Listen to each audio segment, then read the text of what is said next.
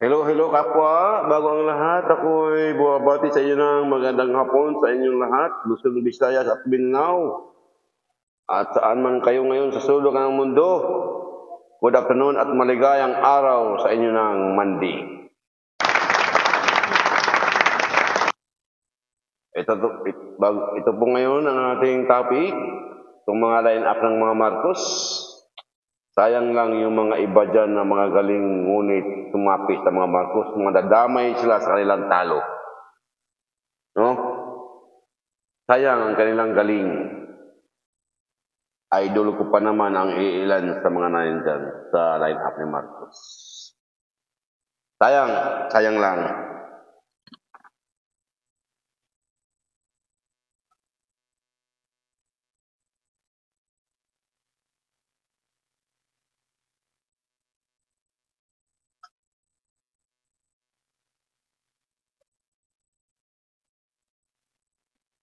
O, sayang.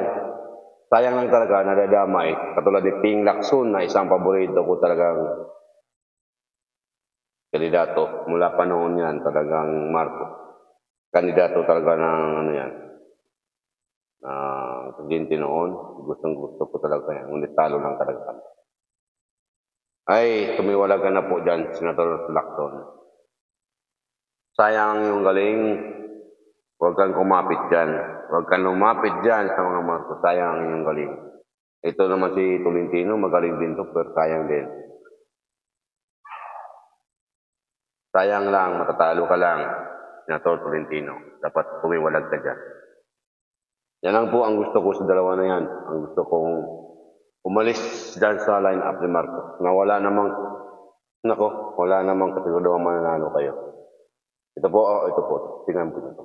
Philippine President Marcos Jr. bears his administration's 12 candidates for the 2025 midterm polls. The Senate slate is a broad coalition of former and incumbent lawmakers, including the president's sister, Amy Marcos. Pia Gutierrez has tonight's top story. President Ferdinand Marcos Jr. formally introduced on Thursday the administration's senatorial candidates for the 2025 midterm elections. Less than a week before the Commission on Elections opens the period for the filing of certificates of candidacy for next year's polls. The Philippine leader revealed the names comprising the official slate during the convention of the newly established Bagong Pilipinas Coalition at the PICC in Pasay City. This include the president's own sister, re-electionist Senator Amy Marcos, who was notably absent during the event. Also included in the lineup, former Senator Manny Pacquiao and former Senator Panfilo Lacson, who both ran against Marcos Jr. for the presidency during the 2022 national elections, as well as former Senate President Tito Soto, who meanwhile ran for vice president. Other senatorial candidates of the coalition include other re-elected. Nako po.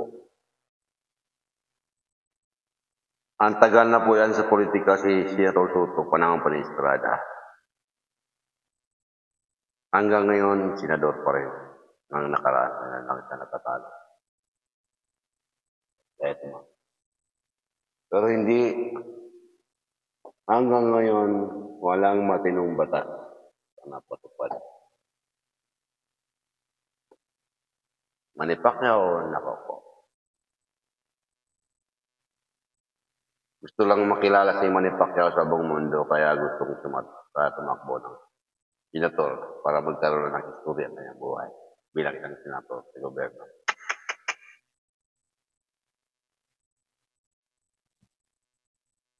Nako po.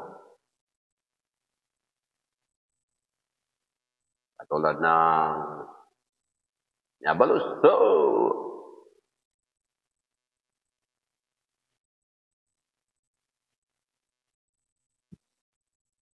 Sa tagal ng Mandaluyong panahong panantatay niya, sila pa'y nai-embol pa sa pumilik dati ng dagdag bawas. No? Dati. Ano ngayon, tumatakbo pa rin. Ang Mandaluyong pa rin. No?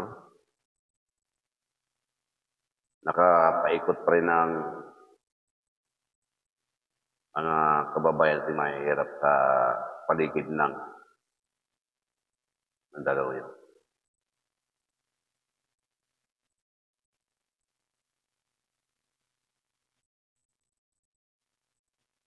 Wala pa rin magandang nagawa sa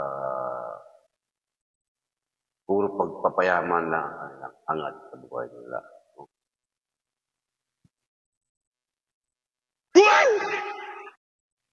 Yan naman gusto nila kaya tumakbo sila. Dahil pag magpapayaman ng sila sa kanilang buhay. At siyempre, tutulungan nila ang kanilang mga tanakan, kaibigan, na may angat ang buhay, kaibigan ng negosyo. Yan ang ano nila. Kasi kung sino yung madikit sa madikit sa kawali, doon din ang isda pupunta. At nang maluto, di ba? Okay. Senator Lacson, umalis ka na dyan. Umalis ka, please lang, nakiusap ako. Hindi po kayo mananalo kapag nasa line up ng Marco. Hayaan mo yung mga puting na yan. Hayaan mo yung mga ano na yan, kasi talagang kalamak na yan sila. Huwag mo idamay ang buhay mo, Senator Lacson. Huwag mo idamay yung pagkatao mo. Huwag mo idamay yung magandang layunin ng pagkatao mo, kredibilidad mo, panindigan mo. Huwag mong baguhin, Senator Lacson.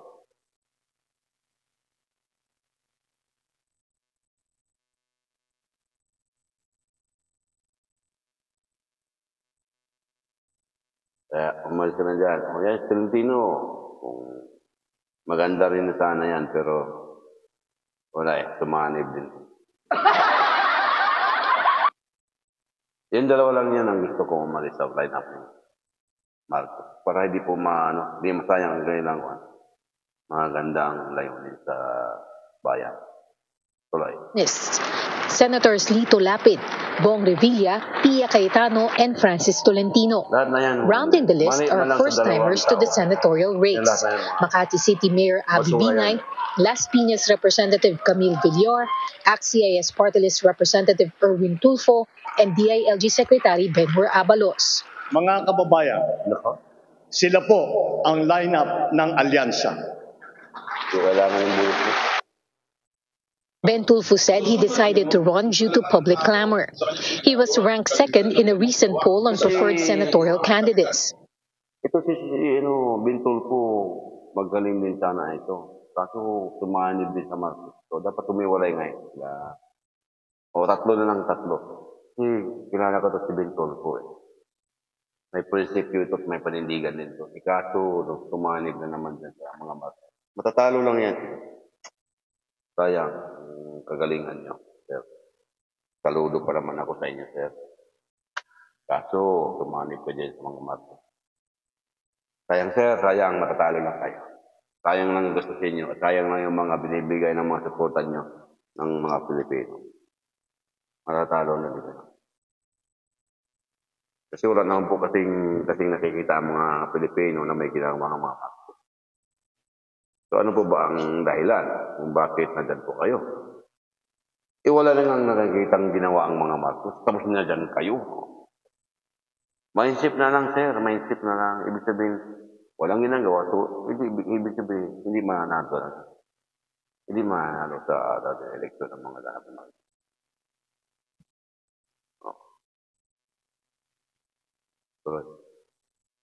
If both Ben and Erwin are victorious, there will be 3 Tulfos in the Senate as they join incumbent Senator Raffy Tulfo.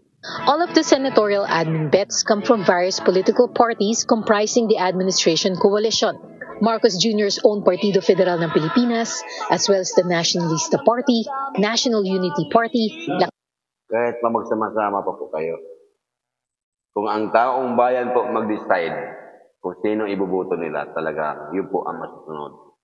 Kahit gamitan nyo pa ng kapangyarihan yan, pera, or pandadaya, hindi po nyo yan madadaya ang tao. Kasi tao na po talaga gustong mag-upo ng tao. Kung sinong gusto nilang iupo. Sa history, di ba nyo napapansin ang history ni Tatay Digong nung naging presidente siya? Mayor lang siya. Ha? Kayo, senador kayo. Dumaan kayo ng pagka-senador. Oh, pabalik-balik na lang kayo sa politika. Hindi man kayo nananalo. Pero wala na yan si Toto. Hindi man nananalo yan. I-compare nyo sa history na Tatay Digong. Mayor lang sa Davao pa. Wala sa Metro Manila. Wala sa Luzon. Pero, dahil sa taong bayan ang nagpaupo sa kanya at gusto talagang iupo, o kita mo. Kita natin lahat. Oh.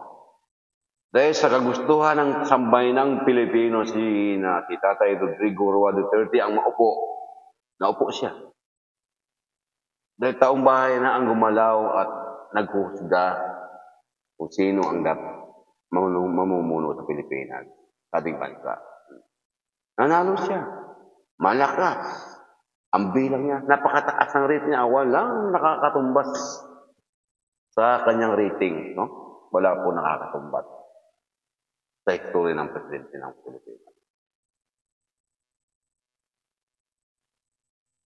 Siya lang nakakakuha ng ganito kataas na popular.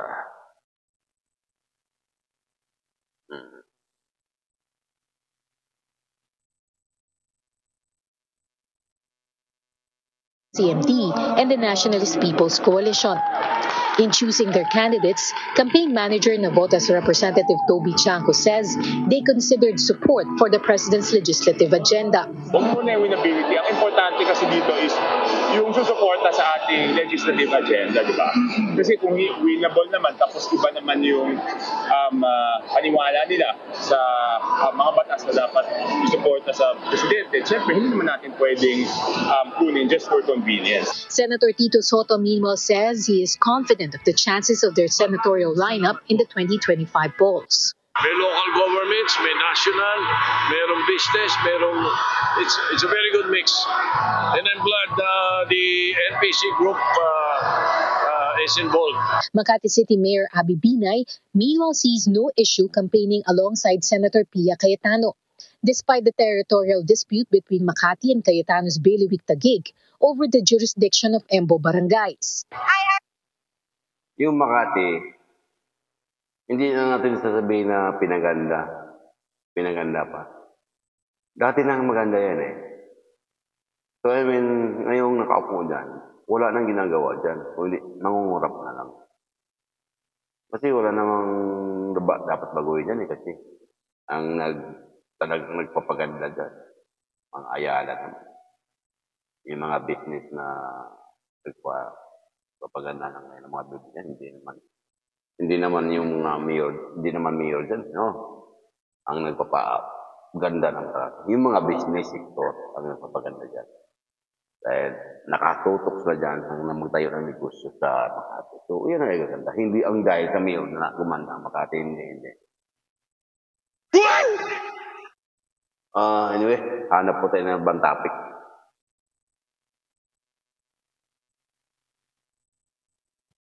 Wala po tayo magandang topic dito sa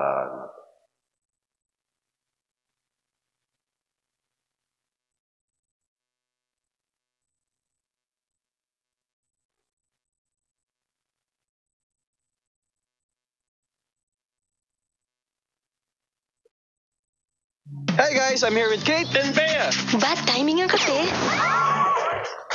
Baka dandruff yan? Use Head and Shoulders. Tanggal ang dandruff that causes kasi. Katigon for good. Dahil 100% dandruff-free ka. Hi guys! Meron akong magandang balita para sa inyo. Lalo-lalo na kung single.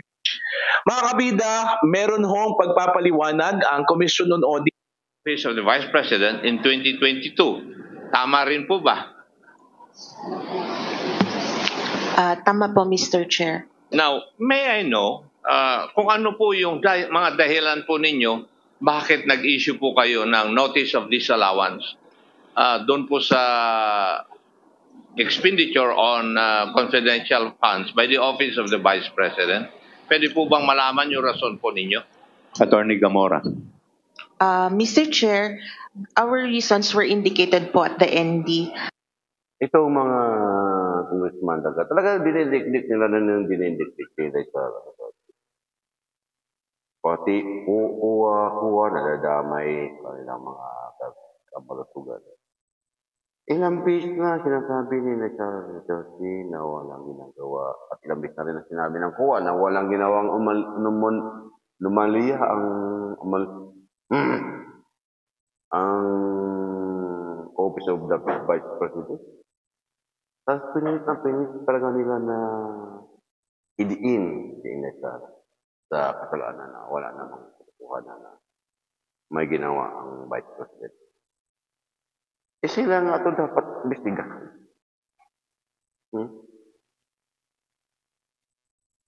Sa pagbibinta ng ginto ng Pilipinas. Ulitin ko, malapit na akong uminit ng ulo. I will move to cite you in contempt Uminit ka. for not obeying our rules. Kami nga tahimik na tahimik dito. Sinaantay namin yung permission ng chairman. Ikaw naman, resource person dito. Dal-dal ka ng dal-dal. Sino po ba ang source ninyo? Remember that you're under oath. You cannot answer my question truthfully. We can cite you for contempt and we can detain you. Since nagkamali kayo, are you willing to recant your statements and apologize to Congress? If that will heal the wound of the degree of an amount of insult that was forwarded to Congress, kung ganun pong epekto niya, wala pong problema sa akin personally yon. Because trabaho po namin na kilalanin ang pagkakamali kung may pagkakamali. Pero trabaho din po namin ang magtanong kung may dapat itanong. Ang pagpapaliwanag po sa mga datos na ito ay isang oportunidad na nanggaling doon sa pagtatanong. Ang SMNI episode na ito na may patanong na pamagat na Speaker Romualdez, inabot ng 1.8 billion pesos ang travel expense ang naging sentro ng pagdinig kanina ng House Committee on Legislative Franchises tungkol sa umunoy fake news ng SMNI. Pinunayan ni Quezon Representative J.J. Suarez ang dinipensa ng legal officer ng istasyong pag-aari ng Suarez Sud Media Corporation. Walang fake news at nagtatanong lang naman daw ang anchor ng programa. There was no allegations about the 1.8 billion pesos, Mr. Chair. It was just a question. Given... sige mga kapwa, dito lang muna kung may gumagawa sa bahay. No? Salamat po. Salamat sa inyong patuloy na pagbibigay suporta sa Presidente. Salamat. Bye-bye. God bless.